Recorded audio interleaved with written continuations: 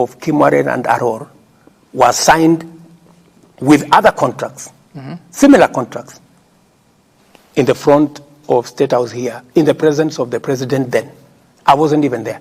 And that's what I'm asking. Those contracts were signed. That's what I'm asking you. Are you aware of any feasibility study for the two? I am aware that the contracts were as legitimate as they were signed. Okay. They were signed before two heads of government at that point in time. And if there was any problem with them, it should have come out in court. The reason I'm asking that is because you then, I don't know, should I conclude that you don't have any information of any feasibility study? Because if there was none, then that is contrary to procurement laws. If you know that there was none, I'm asking, I don't know. No, if you don't know, why are you asking? I'm asking you. No, if you don't know, why are you making an assertion on something that you don't know? I've asked you a question. What I can tell you is that, to the best of my knowledge, by the time contracts are progressed to a place where it is signed before a head of state, that those contracts should have met every condition. And your predecessor found there was no feasibility study? If he found out that there was no feasibility study, then he should have prosecuted the matter in the way it should have been. Which happened. People were taken to court. And then where did we end up with the contract? We end up with the government of Kenya. Just on that issue, and if it went to court for 3 years, why didn't it progress? So we are looking at it even. And the president then was in office. Why didn't it progress for 3 years? If it was as simple as there is no feasibility study, I mean, it should have been an open and shut case. We have seen what the judge has actually said. And you look at a situation whereby the prosecution is literally paralyzed in court. And this is not just even Aror and Kimwarer. I mean, in the last 15 months, we've seen one case after the other collapse in court. And this is keeping Kenyans thinking. Yes, you came in and said at that time corruption was being weaponized. But now there's a feeling that now the law enforcers actually, it's a situation whereby there's protectionism instead of now the exact opposite of what was happening then. What do you tell Kenyans on this, where you find... I want to tell the people of Kenya that I will discharge my responsibility in making sure that all independent institutions are appropriately facilitated.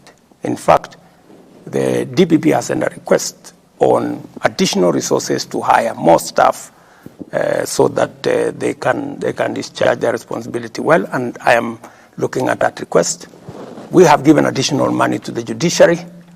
I will facilitate, my administration will facilitate all the independent agencies to discharge their responsibility.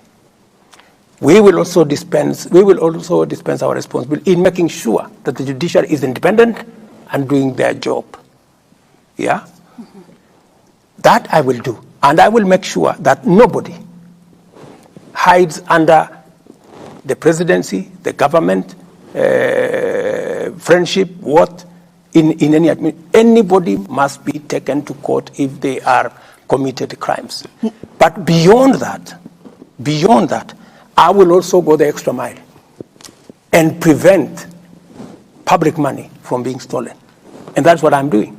I am saying prevention is better than cure, they say. Mm-hmm, mm-hmm, yeah? Mm-hmm. That's why I'm saying for us to avoid unnecessary matters, let us see how we manage we manage public resources. And that's why I'm even telling, because there are some people who are still dodging the digitization process. They are still dodging the 222 government payment platform because they are used to paying things. In fact, I know, for example, some institutions, when we say they must pay through the digital platform, they are now asking for checks. Some of them are asking for back transfers because they don't want accountability. And I'm giving them a warning. We said by 31st of this month, every government service must be paid on e-citizen. And even land, which is the biggest challenge, we have now said the Ministry of Lands is going to be cashless, all the way to mashinani. Anybody, and I'm telling Kenyans here, anybody who asks you for cash for payment of a public service, look at them in the eye and tell them they are fraudsters. Na Mheshimiwa Rais, katika vita dhidi ya ufisadi na uhuru wa taasisi mbalimbali na mihimili tofauti ya serikali, umejitangaza wazi kwamba hutalegeza kamba katika vita dhidi ya ufisadi. Hutalegeza kamba. Naam, na umekuwa na kauli ambazo umekuwa ukizitumia, na nikikunukuu wakati mmoja kwa kule magharibi ukizungumzia kuhusu wafisadi ambao unaamini wamelemaza sekta ya viwanda vya sukari. Ulisema ima uhame Kenya, ama ni kuweke jela, ama usafiri uende mbinguni. Hili halijaonekana kuendana vyema na wachechemuzi wa haki za binadamu. Mbona usiruhusu mahakama ifanye kazi yake?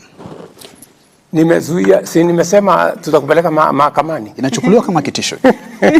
Lakini wacha nikueleze ya kwamba jambo la ufisadi ni figurative language to drive home the point that this is no longer a joke. And for your information, because of what I did, we have managed to sort out the biggest cartel in Mumias. Vitisho vinafanya kazi? No, sio vitisho, ni kuambia tu watu ukweli. Kwamba mahali mambo imefika, hatuwezi kuendelea vile tunaendelea. Lazima tubadilishe mwenendo wetu. And I am telling you, let me repeat here, that for those people who are corrupt, please look for another country. Because it is not going to be business as usual. Even as we look places where we find, even as we do what we have to do to make sure that all Kenyans are we avoid pilferage, we avoid corruption. Even as we do that, for those of the incorrigible characters, the people who benefit from corruption, the people who try even to influence the criminal justice system, you know, the people who beneficiaries, like what I talked to you about. I mean, surely the people who are going to court to stop, you know, implementation of programs that are public, you know, these are, and you know very well, you can see their fingerprints, that these are beneficiaries of corruption. They are so daring with impunity that they want to manipulate the whole system. But it is the same thing. Isn't that democracy, really, Mr. President? Is it democracy to steal? No, sorry. Going to I'm court. talking about the question of going to court, especially for the programs you're talking about. No, I mean, I have no problem. I'm not complaining. I've said they've gone to court, but I'm going to call them out that I know you. I know the fellows who have gone to court. I know the fellows who are sponsoring this, because I know them. They will not hide, because I can see their fingerprints. Let me give you an example. I told the people of Kenya that we need to increase our savings as a percentage of our GDP, that we are doing very badly. Countries like China are at 55%. We are at 12%, right? How do we build our savings? You know, there are characters who went to court to say, let us continue paying 200 shillings, you know? And then Kenya is rated among the last countries on age-old poverty, you know, because if you save 200 shillings, Bwana Wafula, how much money? Surely, we have so many people, and that is how we do not have a pool of resources in Kenya that we can use to drive our own development. That's why we go borrowing left, right, and center. So we went to court, right? They went to court. I mean, we passed the law 2014. They went to court. They stole the thing 9 years. Imagine taking us from one courtroom to another. Then I called them and I told them, look at me in the eye, my friends. You have to stop this shit. You have to stop, you have to stop this nonsense. Yeah, it cannot continue like this, right? And they realized